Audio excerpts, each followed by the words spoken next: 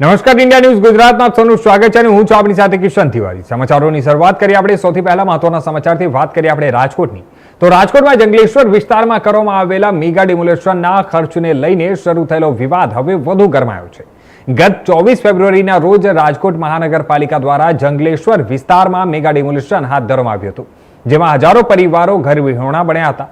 પરંતુ હવે આ ડિમોલેશનની કામગીરી બાદ રજૂ કરવામાં આવેલા લાખો રૂપિયાના બિલોને લઈને અનેક સવાલો ઊભા થયા છે। તાજેતરમાં રાજકોટ મહાનગરપાલિકાની સ્ટેન્ડિંગ કમિટીની બેઠકમાં ડિમોલેશન કામગીરી સંબંધિત લાખો રૂપિયાના બિલો રજૂ કરવામાં આવ્યા હતા। જોકે આ બિલોમાં ગંભીર પ્રકારની વિસંગતતાઓ સામે આવતા નવી રાજકોટ મનપાની નવી બોડી દ્વારા બિલોને મંજૂરી આપવાને બદલે અટકાવી દેવામાં આવ્યા હતા, જે બાદ સમગ્ર મામલો મીડિયામાં ઉજાગર થતા અને સતત સવાલો ઉઠતા આખરે 7 દિવસ બાદ મનપાના શાસકો અને ભાજપના આગેવાનોને ખુલાસો કરવા મેદાને ઉતરવું પડ્યું હતું। જંગલેશ્વર ડિમોલેશન વિવાદ મુદ્દે શહેર ભાજપ પ્રમુખ માધવ દવે અને રાજકોટના મેયર ડોક્ટર નેહલ શુક્લે સંયુક્ત પત્રકાર પરિષદ યોજી હતી।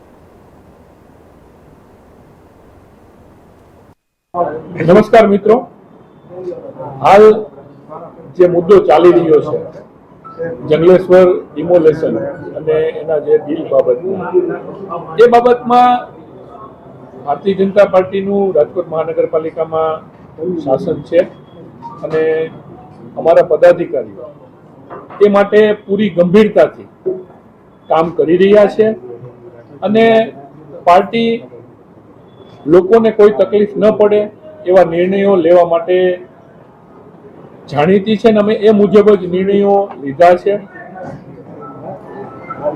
કોર્પોરેશનની અમારી પદાધિકારીઓની ટીમ આ બાબતે ખૂબ ગંભીર છે અને એ બાબત અમે લોકોએ ચર્ચા વિચારણા કરી અને આમાં કોઈ પણ પ્રકારની ઢીલ ન રાખવી એવું અમે નક્કી કર્યું છે અને એ માટેની વિસ્તૃત વાત મેયરશ્રી કરશે, કારણ કે કોર્પોરેશનને લગત વાત છે। પરંતુ હું પાર્ટી અધ્યક્ષ તરીકે એ ખાતરી આપું છું કે જે કાંઈ વાત છે એમાં અમે પૂરી તપાસ કરી અને આગળ વધવાના છીએ અને એ માટે અમારા પદાધિકારીઓ કટિબદ્ધ છે અને વિશેષ વાત મેયરશ્રી આપ વચ્ચે મૂકશે। સ્ટેન્ડિંગ કમિટી ચેરમેન શ્રી પરેશભાઈ ની સમક્ષ, આખી સ્ટેન્ડિંગ કમિટી સમક્ષ જ્યારે આ ખર્ચનો મુદ્દો આવ્યો ત્યારે સૌ પ્રથમ અમારી સ્ટેન્ડિંગ કમિટીએ એને પેન્ડિંગ રાખવાનું કાર્ય કર્યું છે। આ મહત્વની વાત ક્યાંક ને ક્યાંક વિષયમાં વિસરાઈ જાય છે કે અમારી રાજકોટ મહાનગરપાલિકાની ભારતીય જનતા પાર્ટીના સંપૂર્ણ સભ્યોની બનેલી સ્ટેન્ડિંગ કમિટીએ આ ખર્ચને બહાલી આપવાની જગ્યાએ એને પેન્ડિંગ રાખ્યું છે અભ્યાસ અર્થે। આ સૌ પ્રથમ મુદ્દો છે।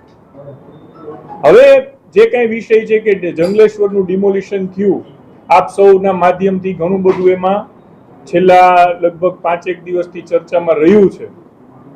આ વસ્તુની ગંભીરતા રાજકોટ મહાનગરપાલિકા વતી અમે સૌ લોકોએ લીધી છે, અમારા પક્ષે પણ લીધી છે અને એકદમ પારદર્શી વહીવટ માટે અમે અત્યારે ચાલી રહ્યા છીએ।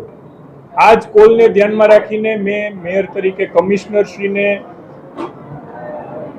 સંપૂર્ણ રીતે લેખિતમાં જણાવ્યું છે કે આપ સક્ષમ અધિકારીઓની એક સમિતિ બનાવો અને આ સમિતિ અમને તલસ્પર્શી અને વિસ્તૃત રિપોર્ટ આપે, એના આધારે કોર્પોરેશન આગળની કાર્યવાહી કરશે।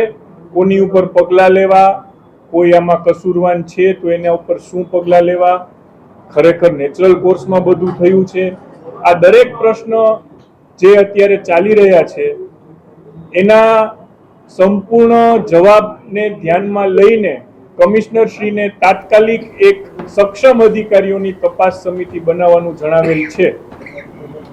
હવે આપના કઈ